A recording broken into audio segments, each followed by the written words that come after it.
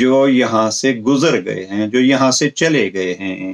لہٰذا اس کو بھی مد نظر رکھنا چاہیے۔ جب انسان کی جان تک چلی جاتی ہے تو وہ اور ذہن میں رہنا چاہیے کہ انہی کی راہ ہے جن کی جان چلی گئی۔ تو جب باقی چیزیں ہیں، مثلا صحت ہے، مال ہے، بالخصوص آج کل مال کی مشکلات ہیں، تو انسان بہت گھبراتا ہے۔ جس حد تک آپ کے بس میں تھا آپ نے وہ کمایا، اور جس حد تک نہیں ہے پھر اس میں مشکلات کیا، آپ کو جو ملتا ہے اس پہ گزر اوقات کر کے مطمئن رہیے، اپنے آپ کو اور مشکلات میں مت گرفتار کیجیے۔ اللہ سبحانہ و تعالی انشاءاللہ سب کی زندگیوں کو مشکلوں سے بچائے، اور جو مشکلیں سمجھتے ہیں پروردگار پر بھروسہ کرتے ہوئے اللہ سبحانہ و تعالی ان کو ہمت دے تاکہ وہ اس مشکل سے ٹکرا سکیں اور اپنی زندگی کے اس ہدف تک پہنچ سکیں۔ والسلام علیکم ورحمۃ اللہ وبرکاتہ۔